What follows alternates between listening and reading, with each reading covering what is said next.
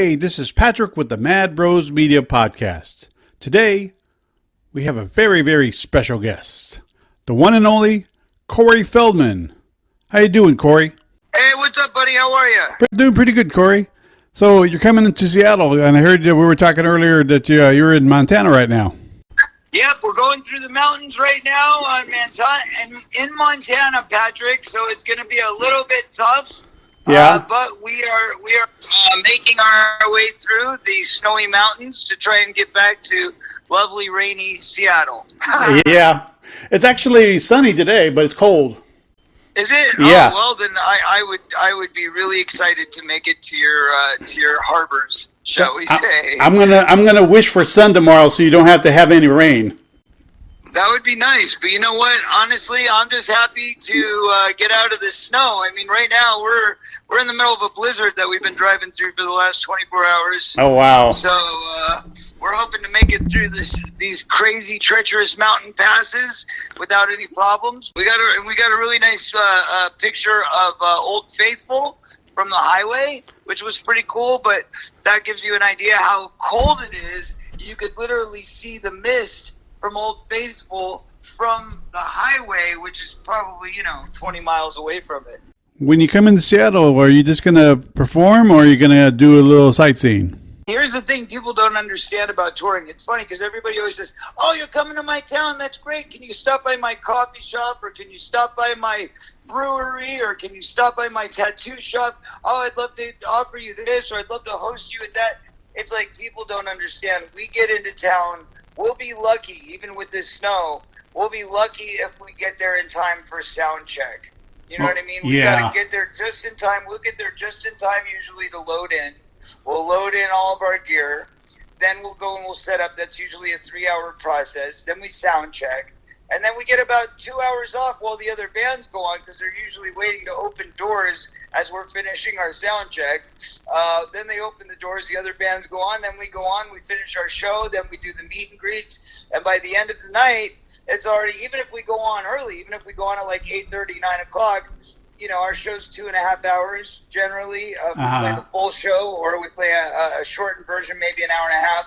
And then we're done at about 1 in the morning, and then we've got to do meet and greets, and once the meet and greets are done and we've loaded up all of our gear, then it always is determined based on how far the drive is to the next town, what the weather conditions are, and if we're going to have time to actually sleep at a hotel or just drive straight through. So it's a never-ending adventure. And you never know whether you're going to, actually get to sleep on a bed that night, or if you're just going to have to, tough it out. So that's basically tour life, and there really is no time for anything fun in between. Yesterday was kind of a day off, but of course, any day off, you're using to do things like go to the bank to make deposits to make sure that your crew is getting paid. Or, going to the store to get supplies that you might have run out of, things like that. So the bottom line is you're kind of always working, even when you're not working, and it's very hard to get in any kind of, off time or downtime or relaxation time. We did do one fun thing yesterday when we were driving through South Dakota. We got a chance to go up and see the great national monument of the what's it called? The Mount Rushmore. Yeah, Mount Rushmore. So that was pretty exciting. So we got Mount Rushmore and Old Faithful all in one day. Nice. It's great to see you back on tour. What's the best thing about performing for your fans and have them come hear you sing? You know what? I have to tell you, the best thing is the love that's being exchanged. There's so much love and positive energy that's being reciprocated on both sides. It's like we're putting it out there, we're giving out this positive vibe, this positive love energy, and it's being reciprocated right back to us from the audience, and it is a very reciprocal experience, and it's, the show is a lot of fun. It's a multimedia experience. It's a lot of videos, that go in conjunction with the music. It's a great light show. If you've seen my stuff on Instagram, we've got like lasers and bubbles and smoke and costumes. And, it's just a very theatrical and fun, interactive type experience. So that, coupled with the fact that we have an incredible band of amazing musicians, really some of the finest musicians that I've ever traveled with, specifically in my solo career. Obviously, with my Truth Movement stuff, I've had the opportunity to work with some of the Pink Floyd guys, stuff like that. So that's been a whole different exchange. But to be on my solo tours, you kind of rent the musicians as you go. And this time around, it's a much different experience because we have, my guitar player has been with me for probably over a decade now as my co-writer, co-producer, engineer, and instrumentalist on my albums. And then I've got my bass player who I've known for 20 years, my wife who her and I have been together for 12 years. So the only new person in the band is our drummer, and this is his first outing with us. But besides that, I mean, he's now part of the family, and we're all like one big family. It's kind of like the Partridge Family, running around on our Partridge Family tour bus. Yeah. Because we got my wife, we got my kid. I mean, it's literally a family affair. So I'm an 80s kid, grew up mostly in the 80s, big fan of the 80s, love all the 80s movies.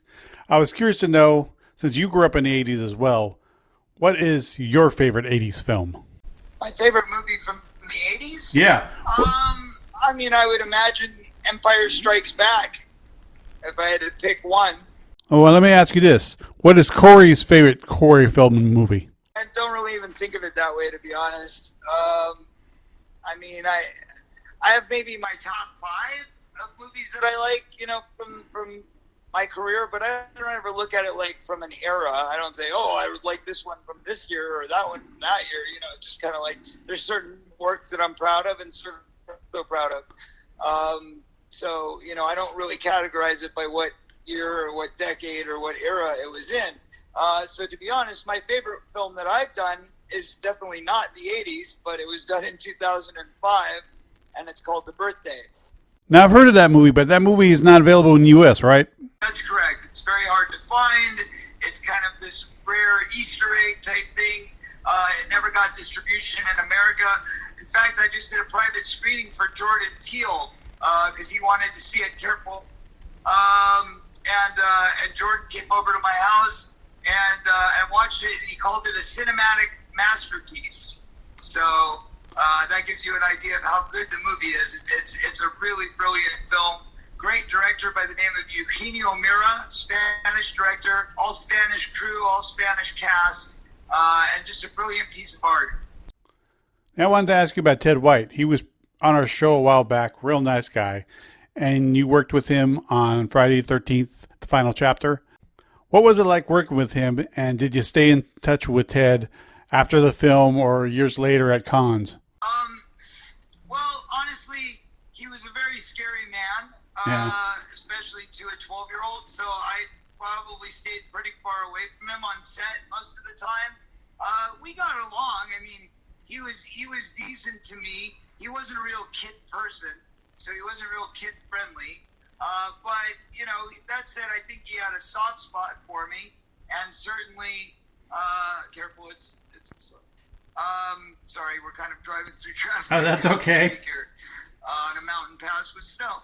Anyway, but I did run into him at a convention many years later, and it was a little awkward because I know he had said some kind of not pleasant things about me in a book that was done about Friday the 13th, which I was always a little bit confused and shocked by. So he had said some things about me in this Friday the 13th table book or whatever that weren't very nice, especially considering I was only an 11-year-old kid, and obviously an 11-year-old kid who was going through some pretty severe abuse at home. Not that he would have known that, but he kind of made comments like I was a brat or something, and I found that a little bit odd because why would you pick on a kid? Yeah. But that said, he was a professional. He was good to work with. He did his job very well, and he certainly scared the crap out of me as a kid. But when we saw each other as adults, we saw each other about 3 years ago at a convention. Maybe it was 2 years. It was right after the pandemic, and he was there, and he was like 90 years old, and he still looked great. He was still in great shape. And it was very heartwarming. He was really excited to see me. We gave each other a big hug, and we spent some nice time together. It was really nice. So it was whatever the rocky relationship might have been from my childhood, as adults, we certainly got along very well. Yeah, this morning I just watched that cool duet you did with Jerry O'Connell on The Talk. Is there someone maybe in the future or when you're on tour that you would love to duet with? Oh, yes, Paul McCartney, David Gilmour, Roger Waters. Those would be my top three. Wow, yeah. And I know most kids these days wouldn't know who any of those guys are, especially the last two. They might know Paul because he worked with Kanye and Rihanna, but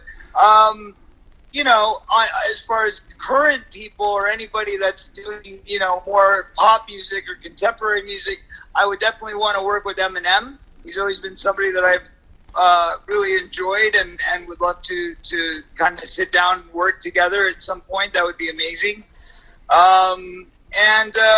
There's a lot of people out there. Dua Lipa, I think, is amazing. Mm-hmm. So there's a lot of artists that I'd like to work with that are modern artists, but I feel like my time is ticking on those older artists, and I'd really like a chance to be able to work with some of those older artists. I have had the pleasure of working on one level or another with many classic rock artists. I got to perform on stage with Ringo Starr. I got to perform on stage with John Entwistle from The Who. I had the opportunity to work with John Caron and Scott Page from Pink Floyd because they're both part of my other band, Truth Movement. So, I've had the opportunity to work with some really great legends through the years, and specifically on my first album, Love Left, which is what we're touring for. The album was my first album, and it's hitting its 30th anniversary this year.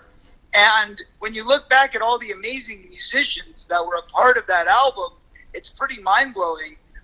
So we did this new box set, which is called Love Left 2.1, and we have a brand new documentary where we go back and we interview some of the people that were part of that show, part of that album, including like Michael Damian, who worked on my very first single with me, Something in Your Eyes, for the Dream a Little Dream soundtrack. And so Michael's, interviewed Mickey Thomas, who, even though we only worked together in the film, 30 years later, we got together and did a remake of the song that he did for my movie Dream a Little Dream, and we did it as a duet. So we've got a brand new interview with Mickey Thomas, a brand new interview with Michael Damian. Somebody that people might not realize was involved in the first album is a guy named Dean Pleasance, who actually was part of Suicidal Tendencies, and then also did the guitar riffs on my song Feeling Funky. A lot of people don't realize that. We also had on the first album Lita Ford, who did all the lead guitars on Lethal Lolita. We had Hunt Sales from David Bowie's Tin Machine. We had Spider from Tower of Power. So there was just this plethora of amazing musicians. And I feel like throughout my whole music career, I've really had a really great opportunity to work with so many music legends. So I just want to keep that going.